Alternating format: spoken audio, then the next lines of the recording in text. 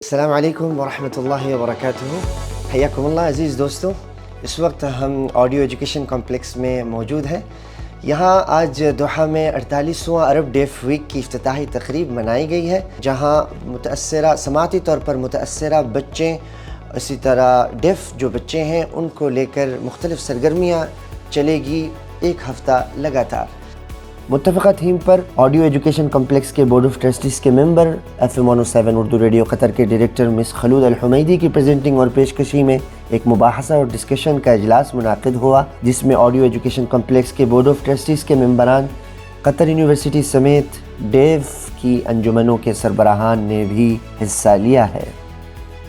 ڈیف اور سماعتی طور پر متاثرہ بچوں کی مزید ترقی کے لیے جدید ٹیکنالوجی کی کیا اہمیت ہے، یہی ہے اس سال کا نعرہ۔ اور اس بارے میں اکیڈمک ڈیپوٹی ڈاکٹر انیس، ان کے ساتھ میں نے بات کی تو وہ اس بارے میں بتا رہے تھے سماعتی طور پر متاثرہ بچوں کی مادری زبان جو ہے دراصل وہ اشاروں کی زبان ہے۔ حکومت قطر کا سالانہ عرب ڈیف ویک منانے کا ایک اہم مقصد یہ ہے کہ ڈیف کی مادری زبان سائن لینگویج یعنی اشاروں کی زبان جو ہے اس کی اہمیت کے بارے میں سماجی اداری سطح پر آگاہی پھیلانا، تاکہ یہ ہمارے معاشرے کا ایک اہم حصہ بن کر باعزت روزگار حاصل کریں، اسی طرح تعلیمی، سماجی اور اقتصادی ترقی میں فعال اور مثبت کردار ادا کر سکیں۔